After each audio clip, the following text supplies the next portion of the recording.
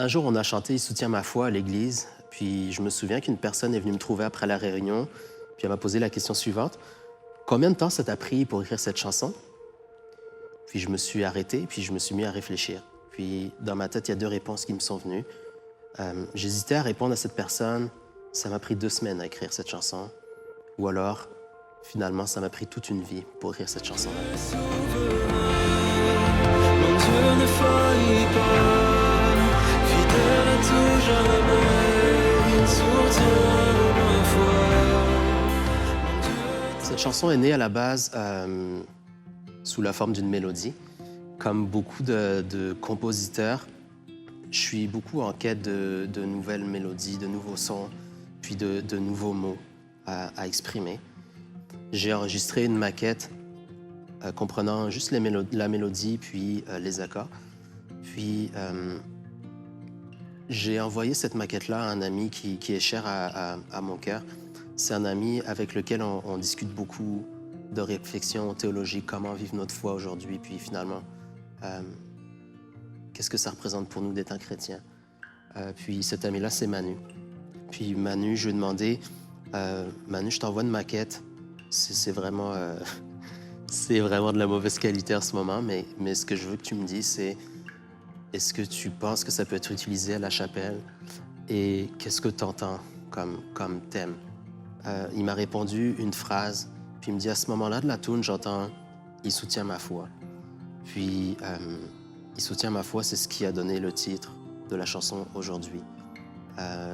J'ai choisi de retenir ce morceau-là parce que ça a vraiment été quelque chose qui m'a ouvert les yeux. Littéralement, pour moi, ça a été un déclic. C'est que ça venait vraiment faire écho à des choses que je vivais, que je ressentais, des questions que je me posais, des expériences que je vivais. Et quand cette phrase est tombée, ça a été comme une étincelle pour partir le moteur. Après ça, l'écriture a été, je dirais, relativement rapide. Je me suis inspiré de beaucoup de passages, de ce que je voyais, des personnes qui étaient appelées à suivre Dieu, puis finalement, on les voit qui luttent avec eux-mêmes, avec leurs propres doutes, avec leurs propres incertitudes, qui luttent avec l'attente, avec l'épreuve, avec le silence aussi. Finalement, ce que je me suis rendu compte, c'est que j'avais certaines attentes envers Dieu, puis envers sa fidélité. Puis, ce que j'ai réalisé, c'est que finalement, Dieu n'avait plus rien à prouver, mais que sa fidélité, il l'avait montré parfaitement à la croix. Alors, à partir du moment où on avait une chanson, mélodie, accords et paroles, on a pris le risque de la présenter à la communauté. Puis, jusqu'à ce qu'on la fasse, on n'avait aucune idée de comment l'Église allait le recevoir.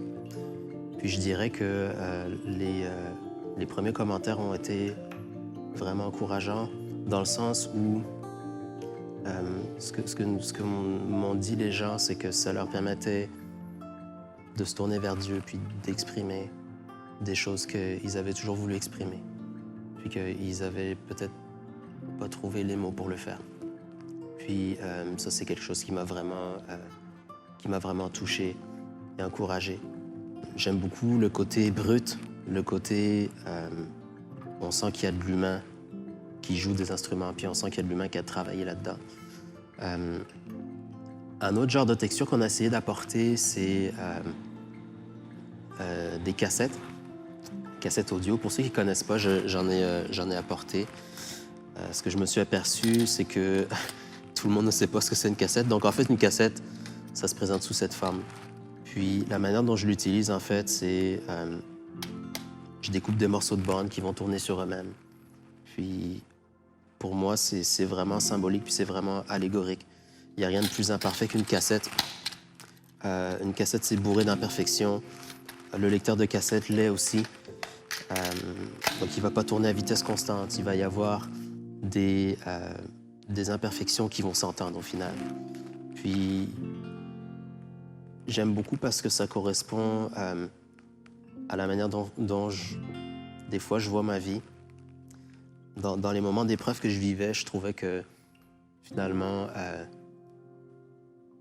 je voyais que ma vie était loin d'être parfaite. Puis je voyais qu'il y avait des choses qui se répétaient, Puis je retombais dans les mêmes cycles, dans les mêmes questions.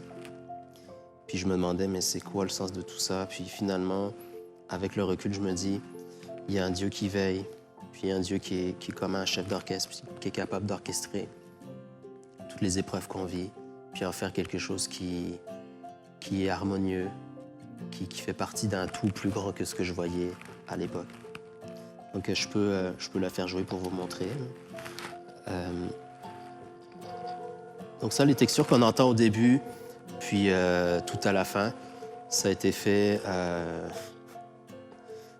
avec cette cassette-là. Puis la cassette qui joue en ce moment, c'est la cassette qu'on entend sur l'enregistrement.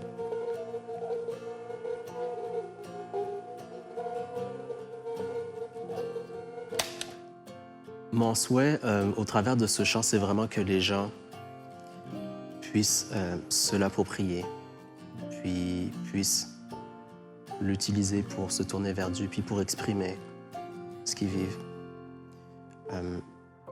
Je trouve qu'on est assez silencieux sur nos combats dans ce qu'on vit, puis notamment dans la louange. Puis ce que je m'aperçois, c'est que c'est quelque chose qui résonne dans le cœur des gens. Donc, il soutient ma foi. Pour moi, c'est vraiment une histoire. C'est mon histoire par rapport à Dieu. C'est aussi l'histoire des gens par rapport à Dieu. Puis c'est avant tout l'histoire de Dieu envers nous, celle de sa fidélité, de son amour et de sa bonté.